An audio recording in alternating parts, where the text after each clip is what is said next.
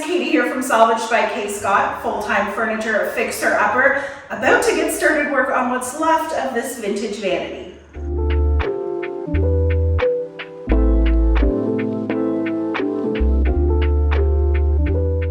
This would have originally had a big mirror that sat behind these two drawer towers and a little stool so that you could sit in front and get ready for your day.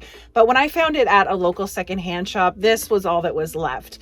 They were marketing it as a kid's desk, but I think it's going to serve the best new purpose separated into a set of nightstands. I've done this lots of times before, but usually the holes left on the sides where the two units are connected mean that there's really no other choice but to paint and cover up that damage. But on these, I really want to try and keep all of this beautiful walnut veneer intact. So once I get them apart, I'm going to attempt to camouflage the resulting imperfections and the veneer damage that these already have with some markers and toner lacquer. I've never done anything like that before, so fingers crossed it goes as planned. I also really want to keep this original hardware, but one of the metal knobs is broken.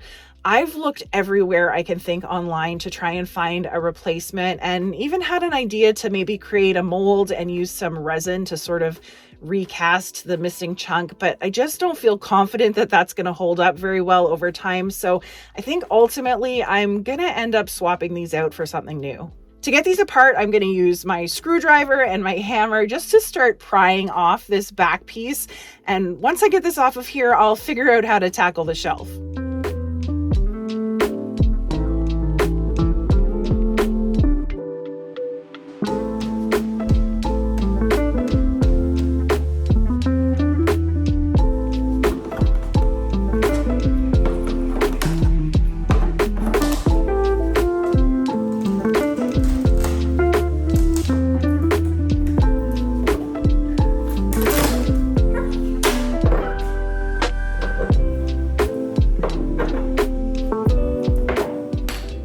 Okay, so it looks like the rail for the top drawers actually needs to sit in this little jig that's nailed onto the backer board to hold it in place. So I'll have to keep these and figure out how to reattach them when I'm ready to install the new back pieces.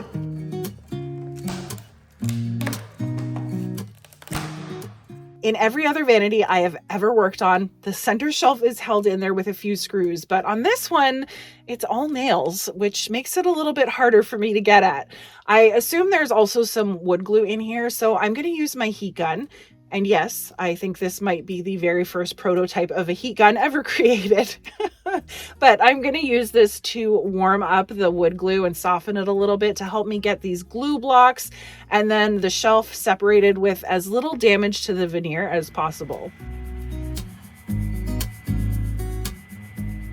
I think the only way to do this and get at the nails is going to be to gently twist the unit away from the shelf and just start pulling out those nails.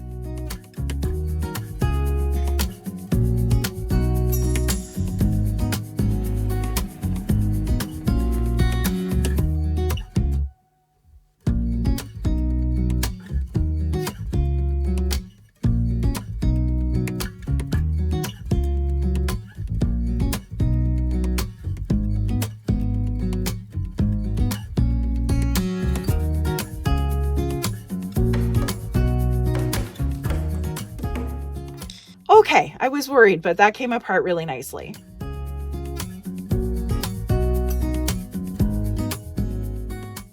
I gave both units a really quick clean with some white lightning, which is just a heavy duty degreaser, and then rinsed them off with some clean water before I started to work on getting this lacquered finish off. I started off with my carbide scraper, but my blade is getting dull and it's just not cutting through as well as it should be. So I think I'm actually going to switch to sanding. I could also use a chemical stripper here to remove this finish and not need to sand as much, but I don't really want to deal with the goop and extra washing and drying time involved in that. So I'm going to kind of chance it here and sand with a 120 grit, going slowly and cautiously and hopefully not sand through or blow through this thin veneer.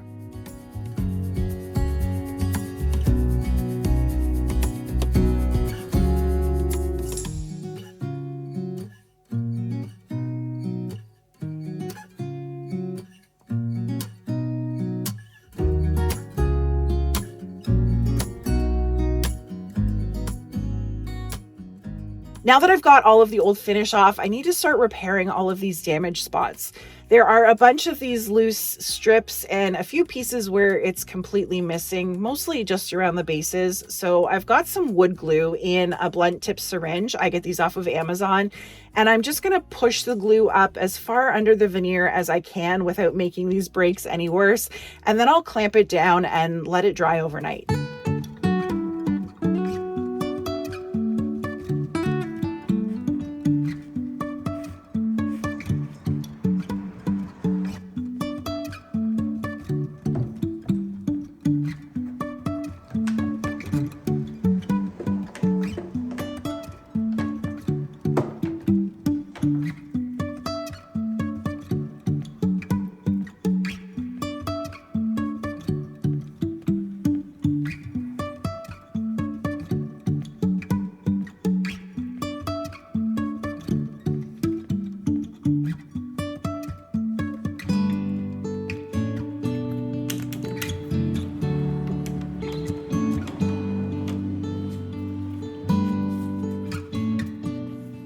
For the spots where the veneer is just gone and all of the nail holes on the side, I'm going to fill all that stuff in with some of this walnut colored wood filler.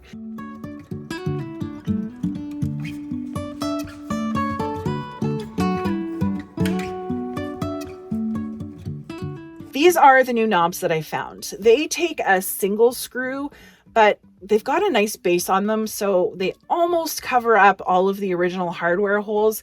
There's just the tiniest bit on each side that's not hidden, so I'm going to need to fill those in too. I generally like to use an epoxy style filler on hardware holes like this, so I grabbed my stick of quick wood, which is kind of like wood Play-Doh. It has two parts, so you just cut off a chunk of however much you think you're going to need, and then mix the white and tan putty together until you get a consistent color. I like to roll it into little noodles and then just drop it through the hole and then pack it in there for a nice tight fill. And because I don't really want to do too much more sanding on this veneer, I tried not to leave too much excess on the top. I let this set up for about 10 minutes, and then I came back before it was completely hardened and used a razor blade to really carefully cut it flush with the wood. Ready for day 2. It's time to pull off all of these clamps and then sand all of my wood filler spots smooth. And instead of sanding with my mechanical sander, I think I'm going to be safer doing my finish sand with some 220 grit by hand. It's just going to let me get the wood where I need it to be without any of the added anxiety of accidentally sanding away too much wood.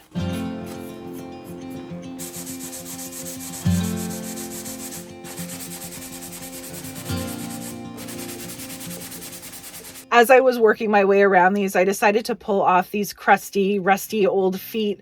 I'll put some fresh ones on here later.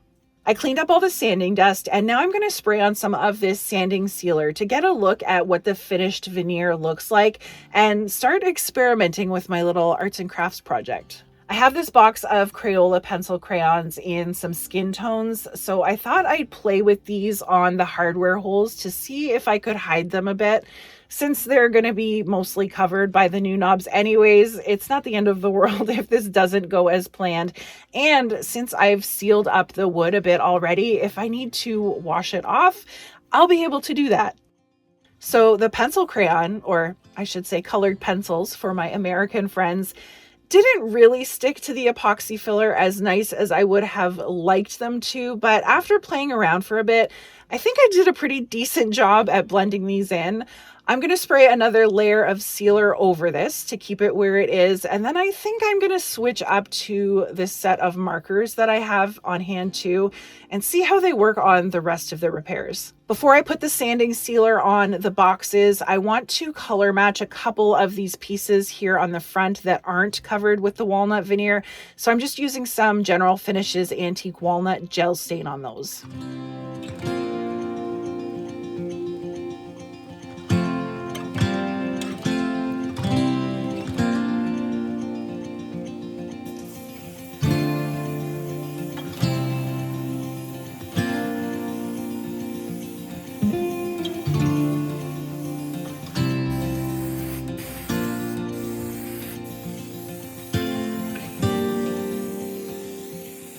I found this set of water-based markers on Amazon. You can definitely buy stain markers that are specifically made for this purpose, but they're kind of pricey, and this isn't the kind of thing that I do often or plan on doing a lot in the future, so I thought this cheaper version was worth a try. I'm just using the different browns and beiges to try and match the wood grain that's already here and connect the patches to the real stuff. And because that sealer is already on there, the marker doesn't soak in or absorb right into the wood filler. So I'm just using my fingers to kind of tap or pat it in and just blend it a little. It's definitely not perfect, but I think it's pretty darn good. And the toner lacquer that I'm going to use over this should help me hide it even more. This is the spot where that shelf sat, so there's a little discoloration between the wood that was covered by that and the wood that's been exposed to the sun for all those years. So here's kind of a before and after. The left side is done with my markers, and I think that blended in pretty well.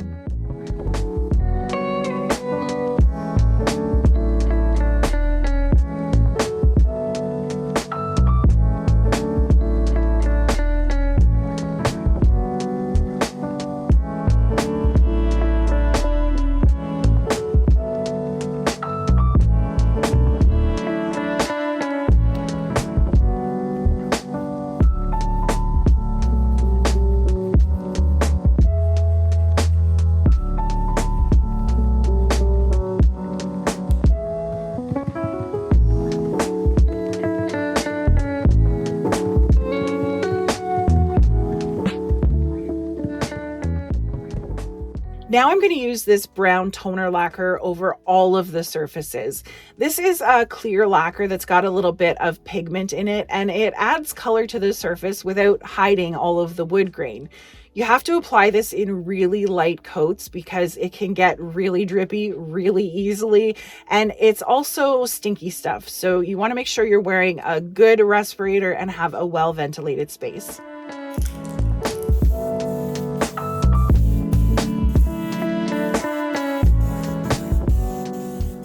Here's another before and after. The left has 2 coats of the toner lacquer on it, and the right is just the sanding sealer. I ended up doing a total of 3 layers over every surface before I was happy with the coverage. And then I applied another 2 layers of just clear satin lacquer on top to build up a little extra protection.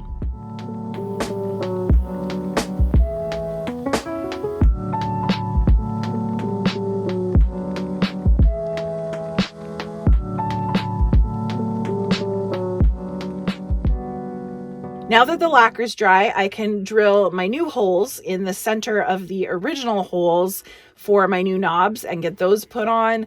And then I need to deal with that drawer runner piece and the backer boards. So this is the bracket that holds the top drawer runner, and it was originally nailed onto the backboard. But I think if I add a couple of spacers on the top and the bottom, I can actually screw it right into the frame and make it a little more secure.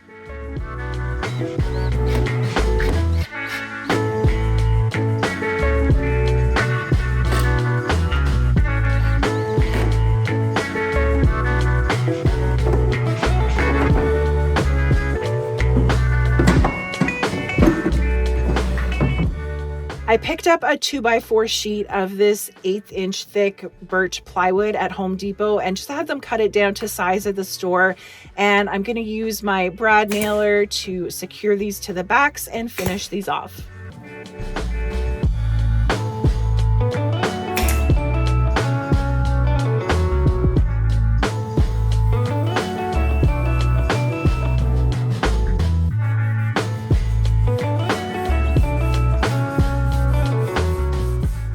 This vanity was pretty useless as it was at the secondhand shop, but now it gets to be loved again as a stunning set of walnut bedside tables.